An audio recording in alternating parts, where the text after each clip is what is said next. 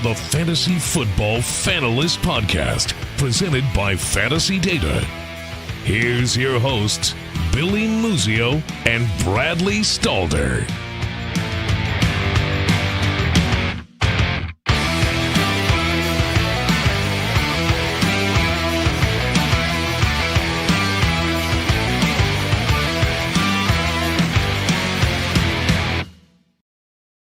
Welcome back to the Fantasy Football Fanalist Podcast presented by Fantasy Data. Billy and Bradley in the house. Week 13 is officially upon us. And for most of you in the high-stakes community, you already know if you made or didn't make playoffs, which teams are in, which teams are eliminated. But for all of our dynasty folks, you still have either the last week or the last couple weeks of push here to get into the playoffs. So a lot of meat left on the bone for us to tackle and to get a hold of and to make a final push for playoffs. So buckle up. There's a lot to discuss tonight, as well as a lot of gold nuggets that Bradley and I want to kind of cover in regards to strategies, different things that you can do inside playoffs to help you gain every type of competitive edge that you can to win your matchups. Bradley, you ready to kick this thing off? Let's do it. It's an exciting time in fantasy. I was looking at a couple of leagues, and the difference between you winning the next 2 weeks could mean a playoff berth. I was looking at one league, a team is 7-5 right now, and they're the 3rd seed, and an 8th seed is 6-6 in that same league. So really I know there's a lot of tight races. That's why all of these decisions are so crucial. Start sits are really important. But losing players as well is going to make a really big impact moving forward, especially in the running back position. We saw Christian McCaffrey and Dalvin Cook go down this week. Let's talk about their backups. Alexander Mattison, does he fit in as a running back one in Dalvin Cook's absence?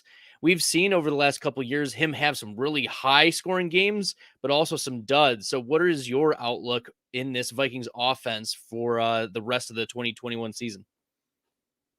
Madison's performed well in the absence of Dalvin Cook. I mean, don't get me wrong. He's had his bust weeks as well. But this week when he filled in for Cook's absence, he was a steady running back one.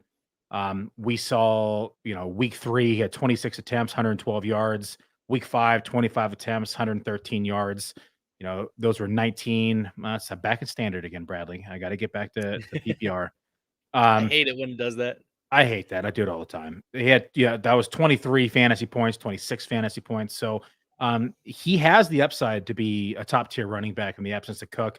And when you take a look at their schedule, it's a pretty decent schedule for running back matchups for the rest of the season. So I could say if you're a lucky owner that has Madison, especially in the wake of all these injuries with Christian McCaffrey, Dalvin Cook, Henderson, I mean, you name it, right? There's just a wide array of injuries going into the final weeks here. Madison's going to come in very handy for you. Well, looking at the weeks 3 and week 5, Madison played 65 to 68% of snaps, but he saw target shares both over 20%. If he's going to be on the field, he's going to be involved. Dalvin Cook has only cracked the 20% threshold once out of I think it's 8 or 9 weeks that he's on there. So I think they value Alexander Madison's pass catching ability in this offense. Tyler Conklin has played very well, but Adam Thielen and Justin Jefferson, they've exploded. They've done extremely well. And so I think keeping defenses honest is one of those things that, we got to keep in mind that Alexander Madison's going to be involved in the passing game. And especially in PPR leagues, he's even more valuable. Yeah, I agree. Okay. But Dalvin Cook wasn't the only running back to go down in week 12. Christian McCaffrey was left this game with an ankle injury, placed on IR yesterday. This is his second stint on IR. Let's talk about just the season, and then we can get into the dynasty outlook for Christian McCaffrey. Is Chuba Hubbard the clear backup to Christian McCaffrey, or is there another running back that might be getting more work? I think it's going to be a combination. I don't think that you can just plug and play Hubbard in like we did for the first couple weeks when Christian McCaffrey was first hurt. Um, but Amir Abdullah is the name that you probably want in PPR leagues. He's been very serviceable the past few weeks, even with McCaffrey in the lineups. We've had a couple games here. I can't believe we're talking about Amir Abdullah in 2021. But I mean, he's had 4 receptions in week 9 and 10. He's had 5 targets in 8, 9, and 10, 6 targets last week in week 12. So I would expect with Christian McCaffrey out, that Amir Abdullah continues to have the passing down work inside this offense, and Chuba Hubbard takes on more of that 1-2 role. But don't be surprised if Abdullah even kind of spells Chuba Hubbard as well inside the 1-2 downs. Yeah, Abdullah, I agree with you, is the PPR back that you want. Hubbard is the between the tackles. He's probably more likely to get the touchdown. But looking at all 4 games that Amir Abdullah has played at least 20% of snaps, he's got over a 12% target share in each of those games. In fact, in week 8 against Atlanta, he only played 29% of snaps, but he had a 21% target share. So when he's on the field, it's going to be third down. And we saw the floor of the Carolina offense with Cam Newton this past week, week 12. Newton just looked like a shell of himself passing, looked like he was back to his COVID cloud days on the Patriots. Cam Newton, how concerned are you? 1 to 10. Cam Newton always has those type of games. Like that was his MO, right? Like he comes out and rushes for 2 or 3 touchdowns and throws 1. And then the next game he has, 5 interceptions and gets sacked 5 times and 3 fumbles. It's just, that's part of the risk that you get with Cam Newton. You have its hills, you have its valleys, and then you're just hoping for something in between or towards the top of those. I'm not too concerned. I mean, Miami's actually got, they put up some surprising points in defense on the year. So I thought that I had Cam Newton ranked higher than I should have last week, but I ultimately I played him in DFS as like contrarian as that sounds. Like I just found myself going to them because they were super cheap, and I said, well, Newton could have a bad game, kind of, even though I had him inside I think my top 6 as quarterbacks last week.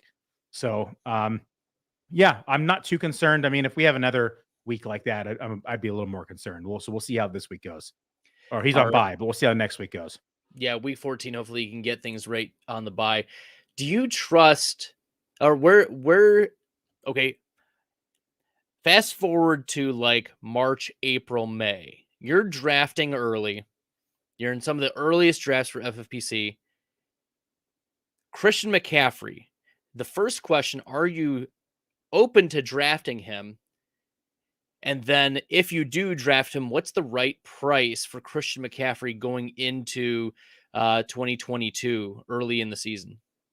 So I was actually like going back and forth with Ray Flowers from Sirius XM Radio today on this a little bit. And a lot of people are saying they're completely out. They want nothing to do with Christian McCaffrey. Where me, I think it's important as a fantasy manager, especially if you're playing volume, especially if you're playing high stakes, especially if you're in tournaments, that you need to remove any biases or maybe personal vendettas that you have versus that player for losing money or for missing out on the shootouts or whatever it may be. You need to remove the emotion from the fantasy and need to approach it from a statistical and a logical fashion. So when I look at it and say, hey, he's not going to be the 1.01 anymore. We know that's not going to happen. It's probably going to be somebody like Jonathan Taylor next year. I don't really think there's anyone else who's going to really fight for that title next year. But that being said, I am still in on Christian McCaffrey next year because we know what his upside can be. Most of these players you're drafting in these rounds 1, 2, even 3, you're drafting from an upside standpoint and you're drafting for that ceiling. You know what their floor is traditionally. Now we know that, there's really, the bottom of the floor here for Christian McCaffrey, he's missing 3/4 of the season. That's a realistic outcome. We've seen it now 2 years in a row. But we've also seen him finish as the running back 1, right? So we know that we have that realm of possibilities with inside of his ranking. So it makes him a little bit more difficult to rank, I think, come 2021, 2022. player that I think of that comes to mind that I use as the example was Joe Mixon as well as Eckler.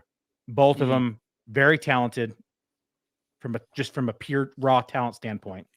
Both of them very involved in their offenses. Both of them pass catchers. Mixon not so much this year, but both have the ability, right?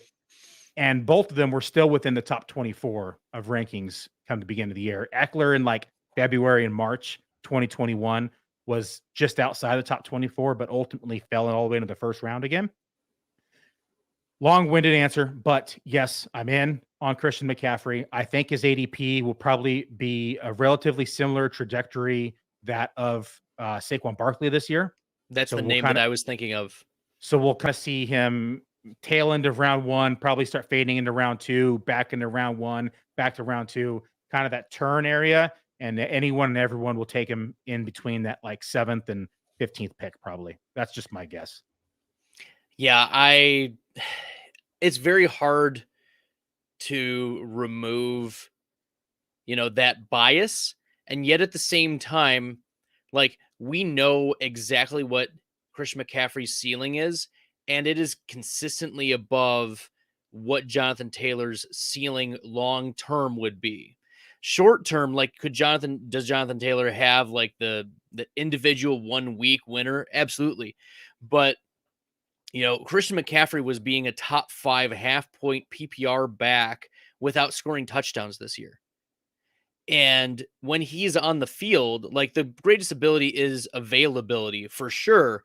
But I don't see, like, I think the narrative right now for Christian McCaffrey is that, like, your argument for discounting him is saying that he's injury prone.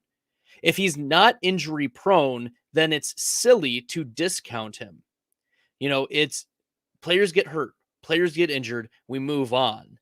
But if the argument is that, well, he's injury prone, like, are these recurring injuries? Last year, it was the hamstring injuries. This time, it's the ankle injury that got him out. Or maybe the argument is that it's just an accumulation of bodily hits. But that's why when you hit on, is his contract worth it? I think you mentioned something off air. Is the contract worth what the Panthers are paying him? I think it still is, because they may change his usage in a year or two. He's still an exceptionally capable pass catcher. So if they need a slot receiver, or if they need a third down back, he's still a running back too, without getting a rushing workload if they want to reduce his workload. And that's what they had been talking about. That's one of the reasons why they drafted a Chuba Hubbard. Hubbard was not drafted to be an all-purpose back. He was drafted to run between the tackles, and that's primarily has been his role. He's not gotten much in the way in the passing game, and we've seen that now with the emergence of Amir Abdullah in some PPR capacities. So I don't believe Christian McCaffrey is injury prone. I don't think that there should be a significant discount. I probably will be drafting Christian McCaffrey in the same tier. I want similar exposure to him as Jonathan Taylor next year. But, it's going to be a challenge to decide who to take at the 101, I think, this next year, depending upon your belief of McCaffrey's injuries. I don't think you can take McCaffrey 101 anymore. I think those days are gone. As electric as he is when he is in the field, I think Jonathan Taylor has usurped him, and I don't think McCaffrey's anywhere near him, quite frankly, anymore. Taylor has just been too good, and he's better between the tackles. He's very good in the passing game as well. Better offensive line. I just think in general, I think that Jonathan Taylor, when he came to college, we always joke around generational talent, but he truly is a generational talent, and I think that I think he's easily the 101. I mean, I'm taking Najee next year above Christian McCaffrey. I can tell you that, just from a volume standpoint. Interesting. I think it depends on who's the quarterback. I don't think it matters. I think if the Steelers draft a rookie quarterback, I'm not trusting a rookie quarterback in that offense. Captain Checkdown at that point. He's going to get so many targets. We'll see. Maybe if Gardner Minshew takes over at the Steelers. All right. DeAndre Swift was also a big name running back that got knocked out early in this game. If you were watching the Detroit-Chicago game, you saw Swift get like 3 or 4 targets very early in the first quarter, but then he got knocked out with a shoulder injury. He may miss week 13. Jamal Williams was not a running back one this week, despite getting, I think it was 5 or 6 targets and 65 yards on the ground. But is he a pretty solid RB2 play given his pass catching capability? And behind him, it's Godwin Igwebuike and Jamar Jefferson. Do you have a preference behind Jamal Williams? Yes, I do have a preference. Comfortable is a strong word, Bradley, when you talk about running back twos. I don't think you can say you're comfortable with any running back two, right? I think that's why they're running back twos. I mean, he's on the Lions, but who are they going to pass to? Man, I don't. We've seen Swift's pass volume. I'm not comfortable with Jamal Williams just in general. I felt better about him in the beginning of the year than I do now. As crazy as that sounds, he actually ran pretty good versus Chicago. He had 15 attempts, 65 yards, 4.3 average. He did catch 5 of 5 balls, so he's very, a lot of them were checkdowns, but they were checkdowns. So he's very capable.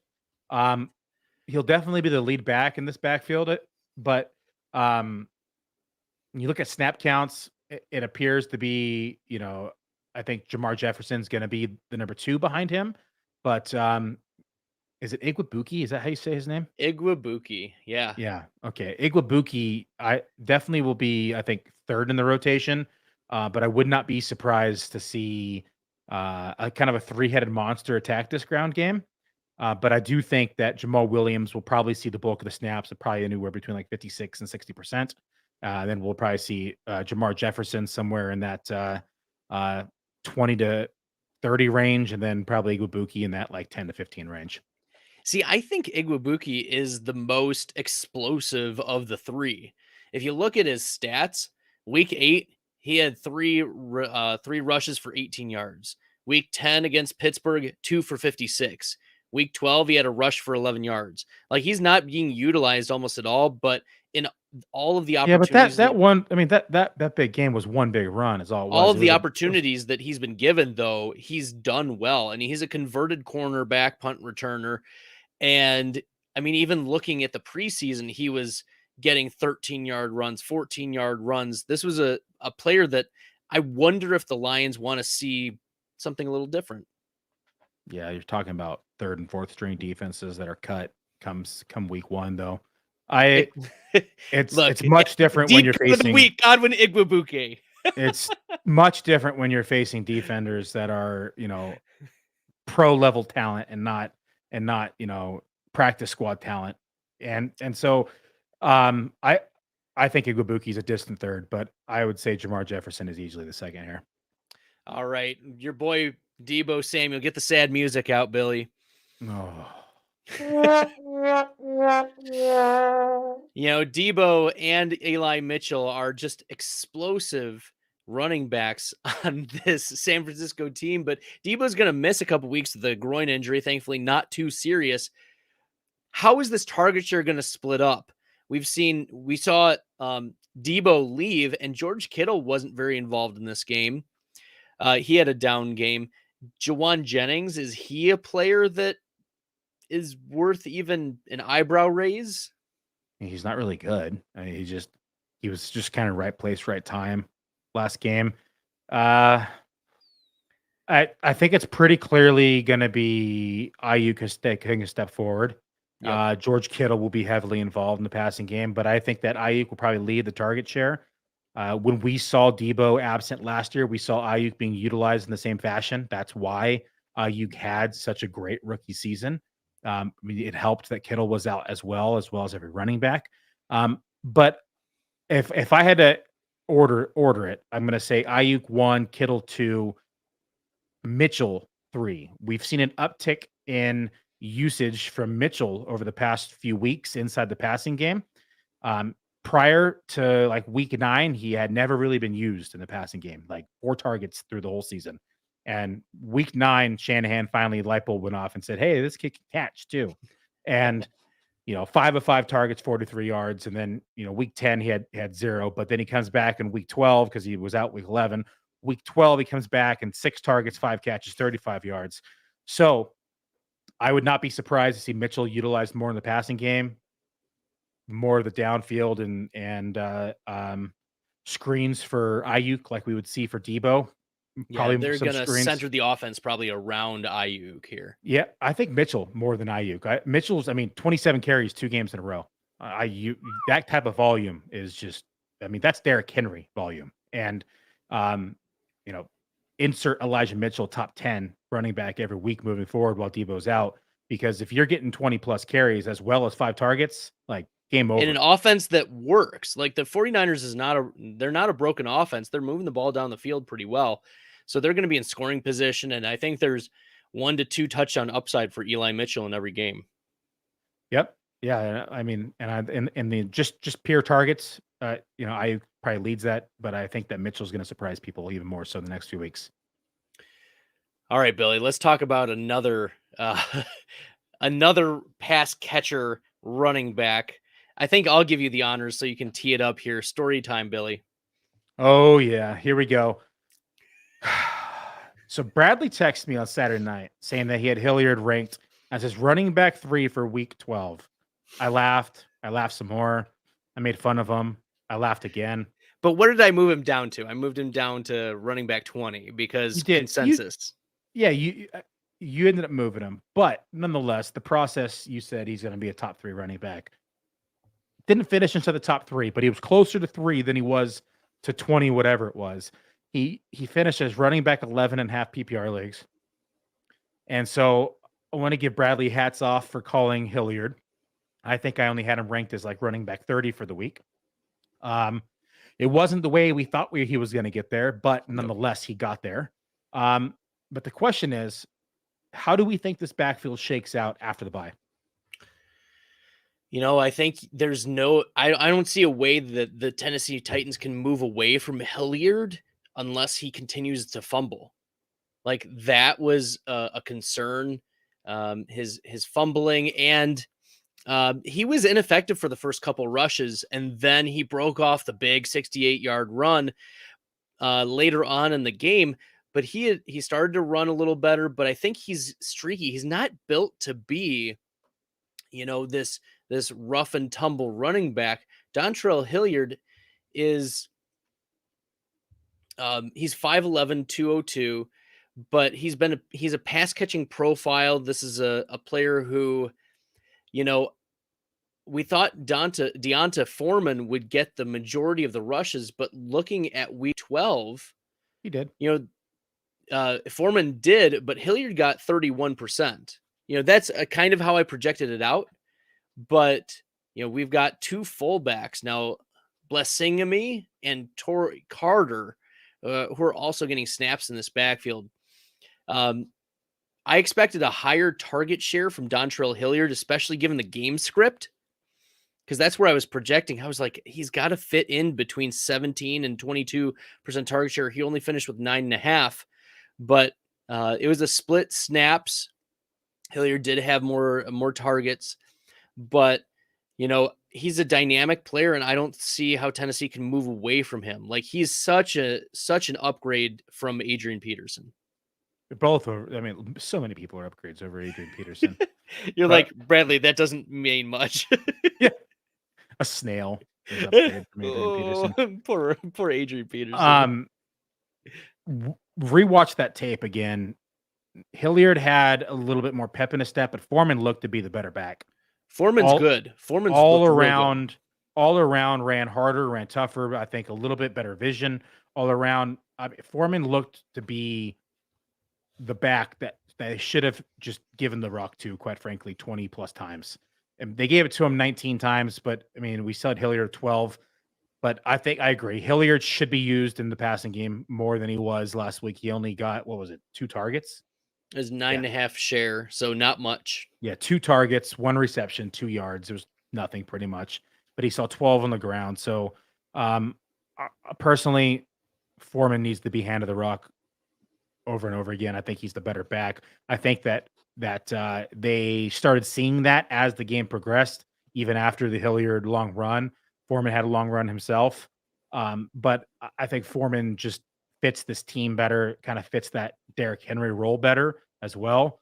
And I think they'd be foolish not to give him the rock, 15 to 20 times a game. An interesting player as a complete aside. If you're in extremely deep leagues, there's a wide receiver from Tennessee who got 19% target share on the week. And he was a surprise elevation from the practice squad, and that's Cody Hollister. So if you're in extremely deep leagues and you want to just take a shot at a wide receiver, here he outsnapped Chester Rogers 76% to 23%. He was on the field, he was played only 6% fewer snaps than Nick Westbrook-Ikhine. So they like Cody Hollister in Tennessee. I wouldn't be surprised, as long as Julio and AJ Brown are out, that Hollister running as the wide receiver 2 here behind Westbrook-Ikhine.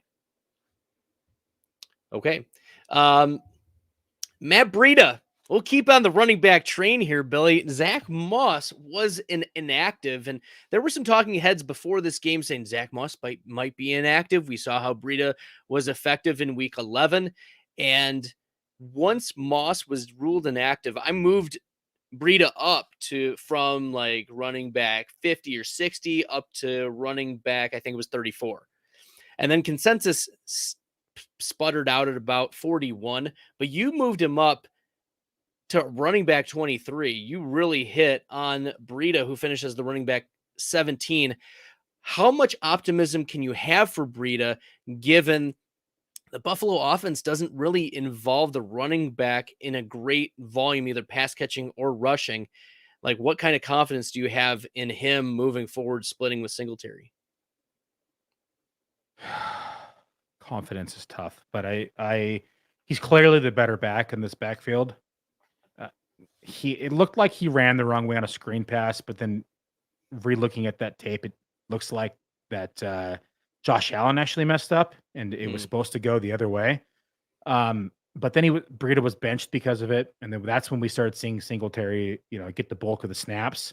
Singletary finished with 45% of snaps, Breida 21%. But I mean, Breida just looked more electric. He looked faster. He just found, creases and had more wiggle in his hips. Like, just much better back all in general. I think he's more explosive as well. We saw him, take that pass to the house, and that's what saved his day ultimately. But I think that Buffalo would be foolish again not to give him more touches. When he started the game, he had the first seven snaps, first 7 carries even were all Breida. They're all Breida, yeah. So it just happened to be that busted play that got him in the doghouse. So I would hope that doesn't keep him there. I think that Moss will probably be inactive again, just based upon the usage and how these running backs performed. So I'm going to say that Breida's definitely flex consideration and flex worthy, but I don't think that you're super confident yet. Yeah, I mean, Breida's a weapon where Singletary's just another guy, I think. Like, they can use Breida in the passing game. They can use Breida in the running game. As long as Breida is healthy, he's always been an extremely dynamic player. We saw that when he was in San Francisco. He floundered a lot when he was in Miami. But remember when it was Matt Breida and Jordan Howard last year, and we were deciding who was going to be the running back to have in Miami, and it was actually Myles Gaskin. Excuse me. So Matt Breida, good for him. He's not 27 yet, so I think there's still some gas left in the tank. And he hadn't played much earlier in the year, so I think there's still a lot of tread left for Matt Breida. Glad that he's able to get some more work here. Okay, Billy, your boy Taysom Hill might be the starting quarterback for the New Orleans Saints. Oh boy, they've just gone through the circus, haven't they? Trying to replace Drew Brees with Jameis Winston, and Winston going out with the ACL, and then it was Taysom Hill who was dealing with a concussion for a while, now foot injury, plantar fasciitis, and that's really important for a rushing quarterback like Taysom Hill. Trevor Siemian looked good for like a week or two and then just imploded like he did in Denver. Would the New Orleans offense be better with Taysom Hill at quarterback? They will be. As much as that pains me to say it, they're going to be much better. Quite frankly, that's the direction they should have gone right when Winston got hurt. And with Kamara out on top of it, like you add that element on the ground, and it's just more of that dual threat quarterback. What is it? You call it the Konami code or whatever it's called. Yes. But that's what was needed in this offense. Opened up the running lanes for Mark Ingram, opened up the running lanes for whoever else is running the ball that's not named Alvin Kamara, and check down, right? That's what they needed to do. Drew Brees style, right? Just constant, completions and moving the chains down the field instead of this Trevor Siemian BS. So doesn't help that they just have a bunch of bums at wide receiver either, right? And so well, they cut Kevin White, so one fewer bum. Yeah, still a shit ton of bums. It's like downtown Portland here in Oregon, just bums everywhere.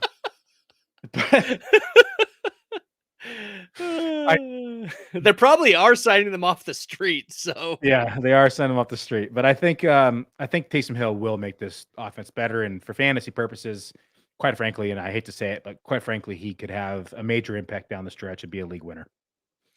It's a possibility. Like we've been waiting for this Konami code quarterback to be the league winner. We thought it would be Cam Newton. He had a bust game. We thought it would be Trey Lance at the beginning of the year. It wasn't him. We saw Justin Fields. The Bears offense has just imploded.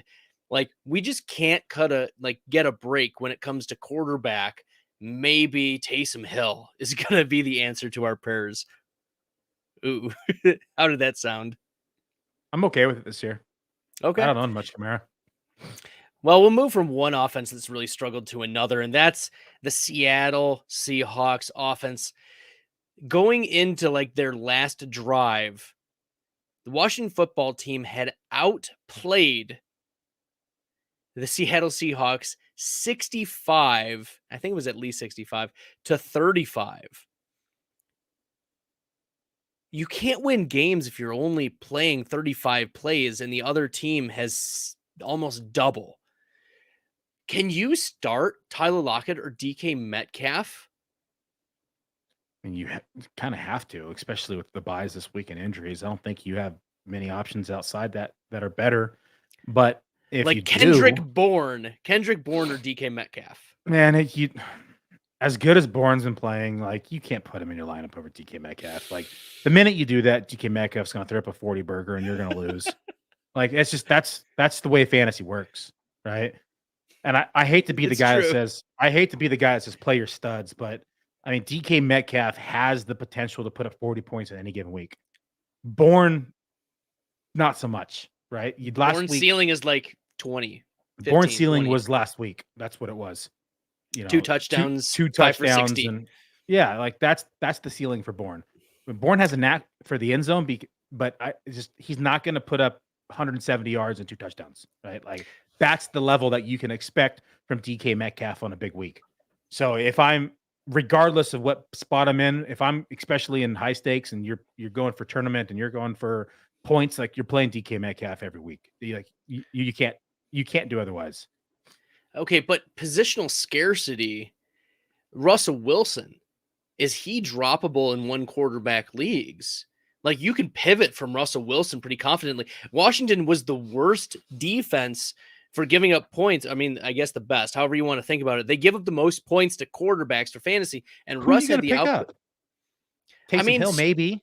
Stream off, yeah. I mean, Taysom Hill over Russell Wilson, right? For now.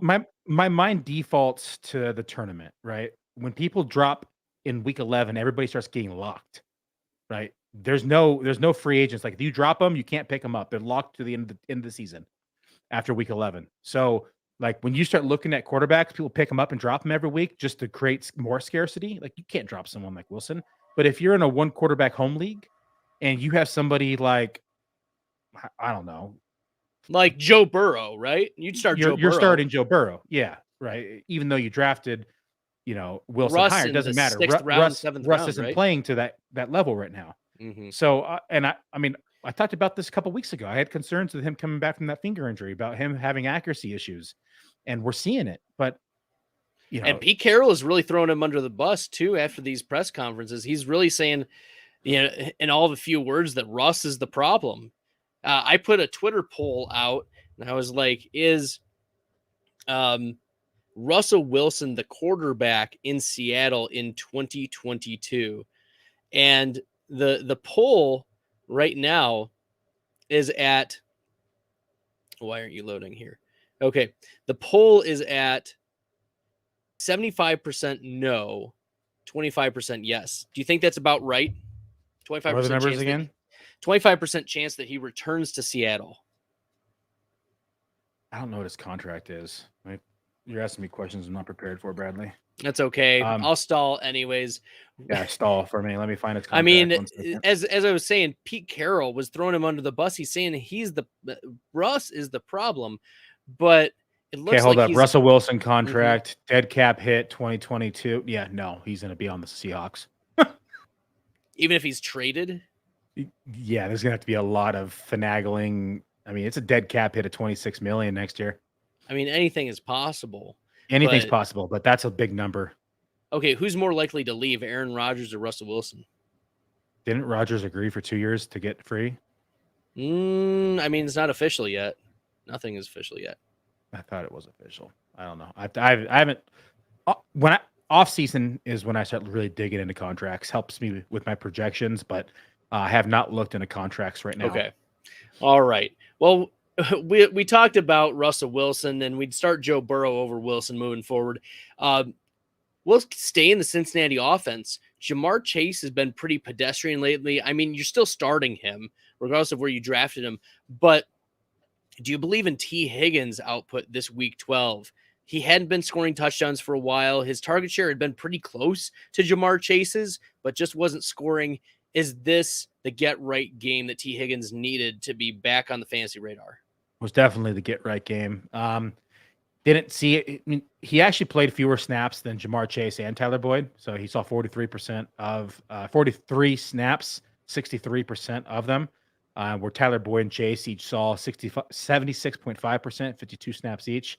But Higgins was just more efficient. I liked Higgins a lot. I had these guys ranked a lot closer than where they're currently at in their overall standings. But Higgins had a good get-right game, but Jamar Chase is still the wide receiver down. All right. Yeah. I know Chase has had some down weeks, and I knew that there was going to be a wide receiver to go off against the Pittsburgh Steelers, but I picked Chase instead of Higgins. Oops, my bad. We have a couple listener questions, Bradley, real quick. Let's do it. Do you think Josh Reynolds has a decent matchup against Minnesota this week? The Vikes probably score a ton. The Lions willing to throw a lot. Swift likely out. Goff has that LA connection with Reynolds. So what's your projection this week on Reynolds? Have you got to LA? Have you got to Detroit yet? I have not gotten to Detroit yet, but just looking at some stats on Minnesota against wide receivers, Minnesota gives up on average 16% more fantasy points than the average team, which, if you think about it, is turning 60 yards into 70 yards. Okay. So it's an extra 10, 12 yard bonus. And then thinking about an increase of touchdowns as well. So we saw Josh Reynolds connect on Thursday with or Goff connect with Reynolds. And at first I was like, why do they have such a good connection? Then I remembered, silly me, they were on the Rams together, right? Shower narrative. Reynolds couldn't even make the fifth string Tennessee wide receivers, but here he is starting for Detroit and immediately played a lot of snaps in week 11. And then I think this was a, let's actually get you targets, Josh Reynolds, see what you can do. And he did well enough against the Bears. So I think that the game script is probably going to be in the Lions' favor of passing to Reynolds. And it's a good matchup, from a fantasy points perspective. And so I think that's probably a cheap option if you're looking for a wide receiver to play. The answer is no. Don't go for Josh Reynolds. That was a blown play. I mean, you look at it, you take away that blown play.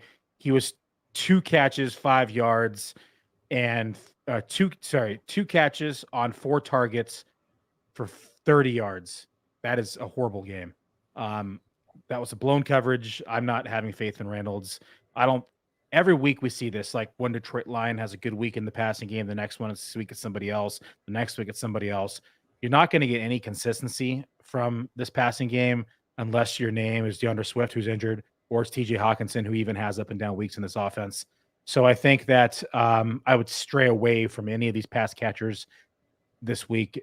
I do not have confidence in anyone on this team right now. Oh, confidence is a strong play, but if you're playing a Detroit they all wide receiver, suck. if you're playing a Detroit wide receiver, it's Josh Reynolds. If you're playing Detroit wide receiver, you pretty much already lost. I mean, I don't disagree with that, but that's fair enough. That is fair enough. Okay. All right, let's see. There's a follow-up question here, Billy. Okay. Oh, sorry, I clicked the same time you did. I asked because I'm debating Kenny Golladay, Jamison Crowder. Oh, no. I mean, they're all pretty much bad options, but I picked Jamison Crowder. I would go Crowder as well. You're 2 for 2 here. He seems just to have a little bit more consistency with his target share. You also need to monitor and see who's active, because if Corey Davis is back, this gets a little bit muddier. But with the injuries to the running back core, expect them to pass a little bit more, and we'll see what happens with who's active and who's a starting quarterback. But I still lean Crowder. Crowder played less than 50% of snaps in this game against Houston. Now, I'm not sure if there's like an injury going on. I don't remember him being on the injury report. But looking at like the last few weeks for Crowder, so Keelan Cole's ruled out this week, though. So there was the bulk of the snaps right there. I mean, if Corey Davis is back, then you have another piece of the pie. But over the last 3 weeks, he's gone from 83% of snaps to 56% of snaps to 49% of snaps. So I think there's been a decrease slightly in Jamison Crowder's like just usage and play, and that's with the ascension of Elijah Moore. Elijah Moore is the future of this wide receiver core. I agree with you if Corey Davis is out. Maybe I lean Kenny Golladay here, as gross as that sounds. I know. Maybe I lean Golladay here after looking at some deeper usage. Refer back to my Kenny Golladay tweets from September, then again in October, and then again in November. Well, it feels so gross. But yeah, I would not start Reynolds over either of these two. Yeah, I wouldn't either. And I do not like Kenny Golladay. Okay. Let's take. We have one more question. Oh, it's really? not in the chat, so it messaged me on Twitter. Okay. Let me find it. It told me to answer it on the show. This is from Christian DM 23. I gotta click on his name. 1 second. Trade offer. Who wins? Justin, he doesn't say if it's dynasty or what the format is, so I'm just gonna assume if he's still able to trade. We can break it down either way. Yeah, Justin Jefferson and Josh Jacobs for Terry McLaurin and Aaron Jones. Jefferson and Jacobs. And is that for both for you for redraft and for season long? Redraft and dynasty. Give me both. Yeah, I think I lean that way as well. Justin Jefferson's the clear best player in the whole trade.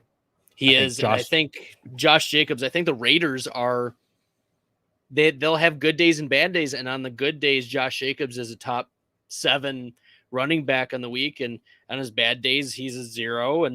But that's what Aaron Jones is right now. He's in the 0 level because of the injury and coming back. And now he's on a bye this week. In the short term, it's Jacobs. In the long term, I mean, Jacobs is a first-round pick with that pedigree And yes, it's a new coaching staff and everything that's going to be coming in next year, but they don't, I mean, he hasn't done anything to lose his job, but I think Aaron Jones, we've seen the ascension of AJ Dillon in a significant way this year. So yeah, those are my thoughts on it. I think that Jones is trending significantly down and Jacobs is meh. But then looking at like comparing the wide receivers, I don't know how you can have McLaurin over Jefferson in any format. Yeah, so. I agree. Jefferson's a top 5-7 wide receiver every single week. I think McLaurin, in order to hit that, has to have like a cush matchup, right? And you look at it, quarterback too. Maybe a better quarterback would help. Hey, I like Heineke. He's a good guy. He's better than people think. But that's another topic, Bradley. Not for today. But I think clearly, easily, I'm going for the best player in this trade. I'm trying to get Justin Jefferson. Definitely. All right. Well, a great player is out here, Billy, or at least he's week to week declared by the coaching staff, and that's Darren Waller, tight end for the Vegas Raiders. His backup is Foster Moreau, and in the games that Moreau has at least 60% snaps, he's gotten a 13% target share, and he's a big-bodied tight end. He's got touchdown upside. Do you pivot to Foster Moreau if you have Waller, or are you trying to find someone else on the waiver wire? It all depends upon your waiver wire, but I'm going Foster Moreau. Foster's filled in pretty nicely for Darren Waller's been out. Plus, it's an easy plug and play. If Waller's in, you play Waller. If Waller's out, you play Moreau. I love having those type of options. Like the other good one is people who own Noah Fant should probably own Albert OK, just for the same reasons. You've increased from O to OK. Yeah, A-OK is his real name because that's what he is. He's A-OK. But anytime you're able to do that it's always nice. So I'm going to say Foster, yes. Okay. We've got a wide receiver question, Billy. Odell Beckham Jr. or Van Jefferson? Can you show the question? Oh, that's that rest of the season. We'll get to that question here in a second. Oh, okay. Yeah, I'm going to say Van Jefferson. Van Jefferson. I'm going Beckham if he's healthy, but right now he's not. So I'll go Jefferson. Beckham had one catch in his career that made his career, and I think he's being ever since then it's been propped up. That's not true, but I'm not going to get into that here. We do have a tight end follow-up question. 1.5 PPR for tight end. Foster Moreau, Zach Ertz, or Tyler Higbeast? I haven't looked at Higbee's target share the last week yet. Give me 1 second. Let me just go to. I think I would lean Ertz. Rams. Especially given that DeAndre Hopkins there's not been a lot of optimism about him returning immediately. I mean, Arizona, looking over the last few weeks, their target shares for Zach Ertz have been pretty consistently 20, 19, and 12. And that 12% target share. He's got touchdowns too. Was his first week back. Yeah. And he's got touchdowns. So, I'm going Ertz. I think I'll go Ertz there. They're involving him. And even when Hopkins was out he was like a decoy play against Green Bay, but I think Ertz is the play. He's definitely stepped up into a role that he's a red zone threat, end zone threat, and Kyler Murray is comfortable getting him the ball. So yeah, I agree. Zach Ertz. I looked at the snaps and the target share from Higbee, and Ertz has definitely been more involved. Real quick, Bradley, I want to take a break from the show. We had a listener submit this because they know how much I joke around with you about rankings, and it was a pretty funny meme, and I wanted to post it here. Oh no, it's not in JPEG. Oh, okay. I'm gonna work on that on the side while we're podcasting. No, I've not done well the last couple weeks, but I'm determined to bounce back. I'm not giving up. Here we go. Actually, I can share the screen. Let me click on it here. Oh no, we have not previewed this. I've not seen this.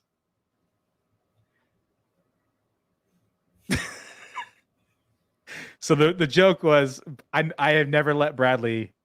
Yeah, but let's get this on the screen. So the joke was I have not let Bradley live down his misfortune on ranking last week. And so they sent me this and I started cracking up. I look, I'll get it back this week, Billy. I will get you back this week. The spreadsheets will not let me down 2 weeks in a row. Hashtag delete the sheet. All right. Let's go to the Eagles here. We should also acknowledge that Nick Sirianni wants to delete your fantasy team. Yes, he does.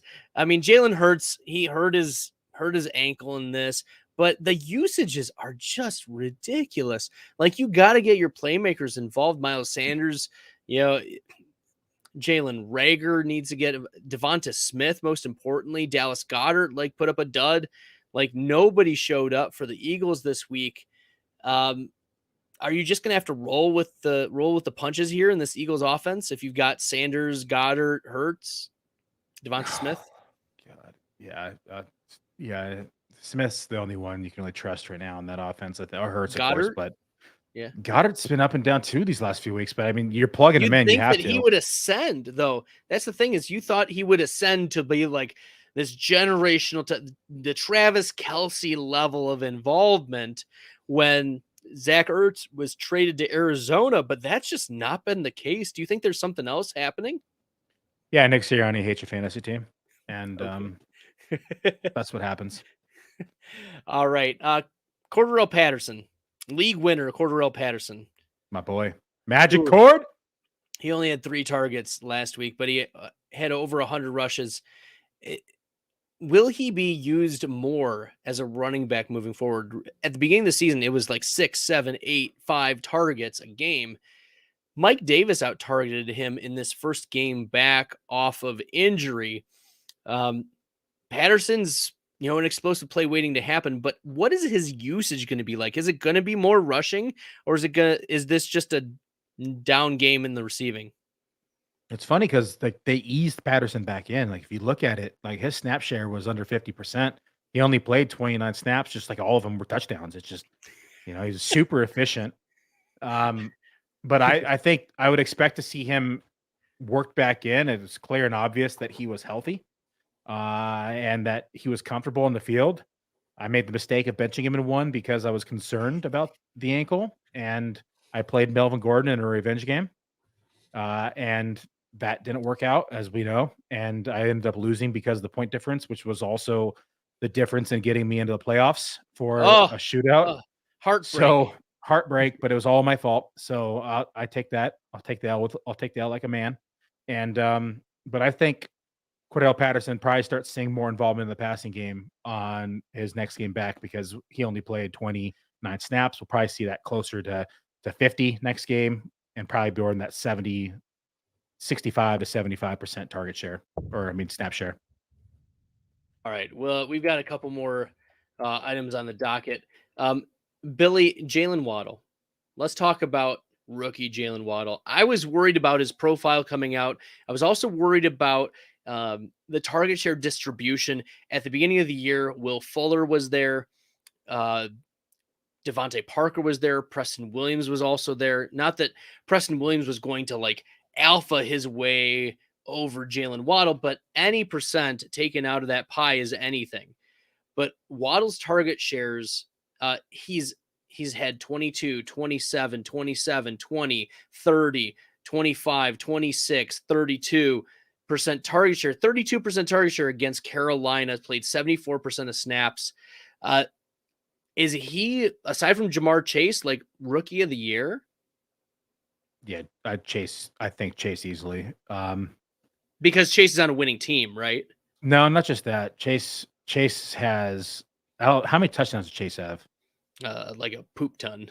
Yeah, I don't know off the top of my head, but I know he has more. He's got, I think, more yardage too, without looking at the stats. But Waddle's definitely inserted the conversation, right? But I don't think he's done enough to pass Chase yet. I think the only player who has a chance to pass Jamar Chase, unless Chase gets injured, is Mac Jones. If the Patriots make it to the Super Bowl, if the Patriots make it to the Super Bowl, I think Mac Jones is rookie of the year. And as crazy it sounds, like most valuable player contention. I don't think he wins, but his name should be in the conversation if the Patriots get to that place. Yeah, statistically, he hasn't had the season to support MVP, right? It's usually a But statistically driven category, but in terms of like rookie of the year, I think you're right. Expectations, like there were very low so many teams passed on Mac Jones. Including He my was what? Niners, God damn it.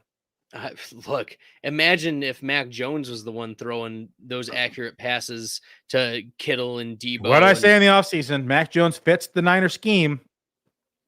I'm still pissed off about it. Don't get me started. And the Patriots didn't even have to draft a trade up for. Let me wash the salt down. Give me a second. Oh man! Oh my gosh! Angers me. Lots of good rookies out of this class. But we'll come back to one last Patriot, and that is Kendrick Bourne. He was been a big surprise this year, perhaps one of the biggest surprises. He's wide receiver 24 on the season. After his week 12 explosion, he was wide receiver 4 in week 12. Will he sustain? I don't think wide receiver 2. I think wide receiver 24 is still high, but is he a wide receiver 3 here? Is he a flex consideration week to week? I think he's flex consideration week to week. Had I played in the last 2 weeks, I'd be first in the fishbowl right now. I benched him. And I'm third. So Bourne's been sneaky good. Like sneaky good. He's wide receiver 24 in the year. In 5 touchdowns, he has 623 yards. I mean, he's caught 42 of 53 targets. Like dollar for dollar, I think it's one of the best wide receiver signings of the year in the offseason. And how bad does the Jonnu Smith, Hunter Henry contracts look now? You know what, though? They've served purposes. And as much as you want to say they were poor signings, you look at what this team has done. From an NFL perspective, they've been great signings. But from a fantasy perspective, I mean, Hunter Henry's been pretty good. I mean, he's had up and down weeks. This is exactly the fear that I had going into the season, that you would have one week and one the other, and they'd cannibalize each other most of the weeks. But it's been Henry who has emerged here. Hunter Henry's tied at 9 on the year. Yeah, well, that's not. He has 7 touchdowns. That's not hard to. It's not hard to do. No, but still, it's tight end 9. I mean, from a fantasy perspective, Hunter Henry's been solid. He's not a difference maker on your fantasy team. I beg to differ. I think he can be. You catch a touchdown, and all of a sudden you're a top 5 tight end almost every week. We'll beg to differ there. Nevertheless, I hate to end on a bad note, Billy. Give us some good news as we close the pod. Good news, Bradley. I secured first place inside the highest society with my partner, David Hubbard. We secured first place. We have 2 weeks left of the regular season. We secured first place. It's a $10,000 buy-in league. We get the bye week 15. We get our money back. And then week 16 and 17 is the next time we really have to worry about that league. So we have a few weeks off there. We can literally just not even look at it, and we're fine until week 16. Do you play the waiver wire in that league or no? We do. Yeah, we're using our last $2 tonight, so we won't have waivers anymore either. But because you can't do 0 fab bids in FFPC. So that being said, first seed, over a 2-week lead on everybody else in the league, over 200 points over second place. And if we win that league, that's gonna be 50 grand on top of the 10 grand we win from the buy for the week for the seed 1. The other good news is, and I don't care if there's no money, I'm number 3 in the Scott Fishbowl, and I'm gonna take that bad boy down. So yeah, you are. Let's go, I'm Billy. like 30 points outside of first. I tagged. I never even. I did. I started following the guy today, so I don't remember his name. So sorry, guy in first place. I know we follow each other now today because I followed you. You followed me back, but I'm taking you down. Coming for you. I mean, take down the fishbowl. Year 1. That's phenomenal. Oh man, I'd love to see if there have been other players to take down the fishbowl in year 1, but this was a unique year. Lots of scoring changes. I saw Scott Fish was already trying to come up with some new rules for next year. Excited to see Billy hopefully take it down this year. Oh, it'd be awesome. I'd love to. Well, everybody, that's it. Our days are nearing an end of 2 recordings a week as we wrap up the fantasy season. So week 16, 17 probably will be the last weeks that we do our 2 recordings. And then as we get into playoffs, we will do 1 recording a week and then into the off season as well. But for the next few weeks, you have the liberty of staring at our 2 beautiful faces and listening to us talk on Tuesdays and Fridays. And we appreciate you tagging us in these posts. We had a listener who tagged and said that he learned a lot from us this off season and he won his best ball league in FFPC. And those are the kind of things that as like content creators that we just love seeing. Right? Absolutely. Like I love when someone says I won this and it was because I learned from you. Like, well, I got a bad tweet today. Oh, awesome. You want to hear it? You want to hear it? I'll share. Okay. Someone was like, let me pull it up because this was absolute gold. This was Who's Mans on Twitter. I tweeted out back August 9th. Tyree Jackson needs to be added in dynasty formats. Zach Ertz can be cut in 2022 with no dead cap. Goddard's a free agent, will never be cheaper. Goddard since has re-signed, but Who's Mans tweeted at me 6 hours ago and said, I dropped Elijah Mitchell for Tyree Jackson after seeing this tweet. He's like, yeah, not great. Wish I never saw this tweet. I'm not blaming you, but dang, this hurts. Oh man. That was week 6?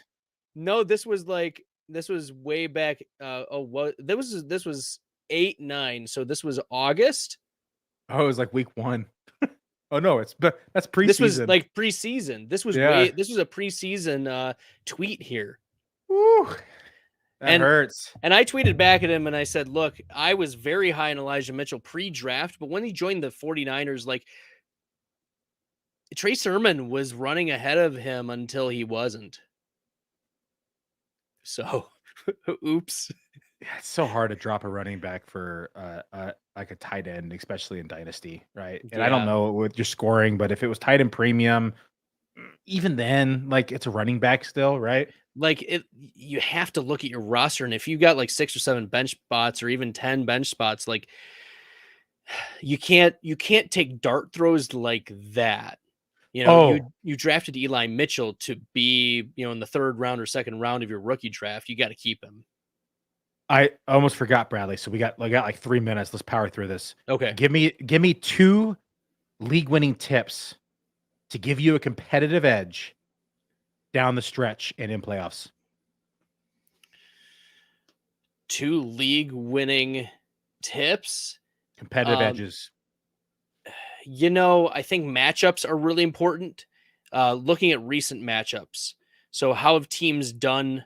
Have there been any shifts in personnel or changes in personnel that might affect target shares or might affect the ceiling for a player if they've got a really tough matchup? Let's go deeper. Let's look at like finagling, right? So like for instance, like if you have kickers, like dropping your kicker prior to Thursday Night Football, right? And picking up the running back 2 or the running back 3 on that team. And then picking up a kicker on Sunday morning if nothing happens. Like if you done that with say like Jamar Jefferson, or if somebody had dropped Jamal Williams in your league and you picked up, I mean, if you're in a small league, you can even drop a quarterback if there's a lot of streamable quarterbacks. I think that's a smart move. It's like, yeah, you can pretty much do it in any position, right? Like if you have fat to trim on your league and you have the waiver capacity to be able to do that, drop them on Thursday morning or even Wednesday night, pick up the backup, pick up the RB2, the RB3 of that team, see if there's an injury at play. And if there's not, great. Next team, do it again, right? Or pick back up the player that you needed to, or that you dropped in the first place if he clears in time. But like those type of moves that you're able to that like may help you win a league during the stretch. I think it's also important in dynasty leagues right now. If you're a contender, like you need to think about what value your 1st round pick has, because you should not be afraid to trade your 1st round pick if you are a legitimate contender and like an injury pops up or something like that.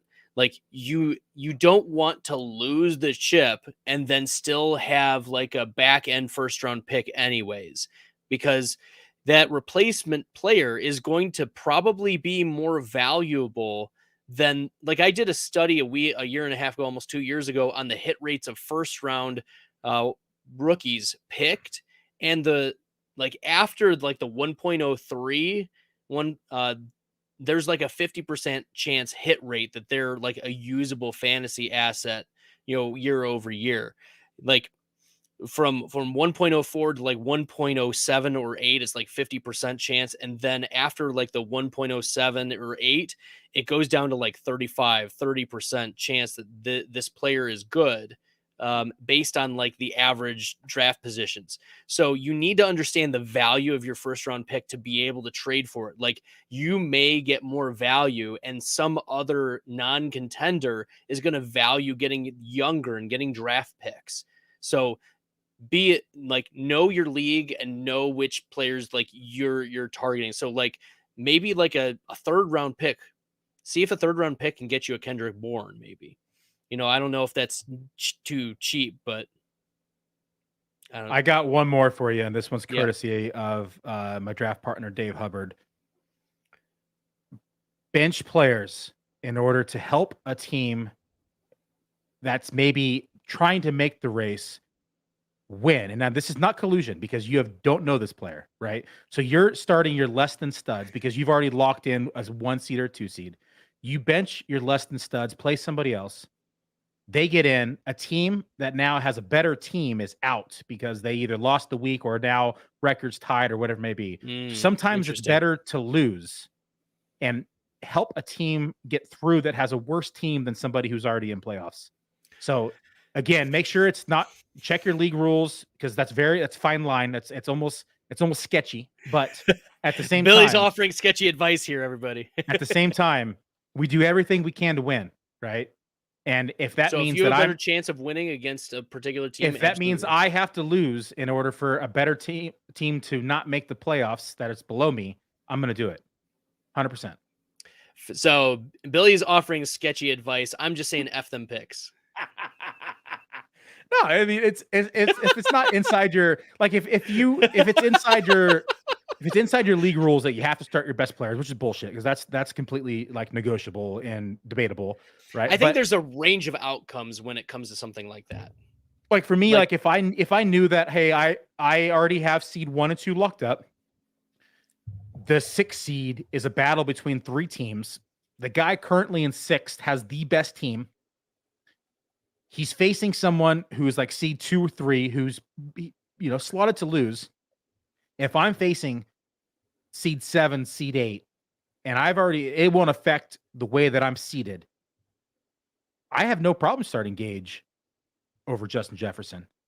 I don't know that. Points don't matter to you. You're going to lose, and you will lose. But I don't know about that. That's too much of a stretch. You're doing it so that way the 7 seed gets in, and then now you get to play that guy, and you're going to beat him. See, but I would play like, I don't know, Russell Gage over Jarvis Landry. Like, I think that there's why not the other way? If you've already locked in seed 1 or 2, why not? Because then your league mates aren't going to talk about it. See, I'm in it to win, and I don't care if I get called. I would play Russell Gage over Jarvis Landry, not Justin Jefferson. I don't want to get booted from a league. Check your bylaws. If it's not illegal, go ahead and do it, and you could be cutthroat, and you're going to win money, guaranteed. All right, we love that Billy's cutting throats. I'm saying F them picks. Everybody, have a great night. Good luck. You can reach out to us on Twitter, FF Staller, FM Muzio. Catch us on YouTube, and we'll see you on Friday. Take care, guys.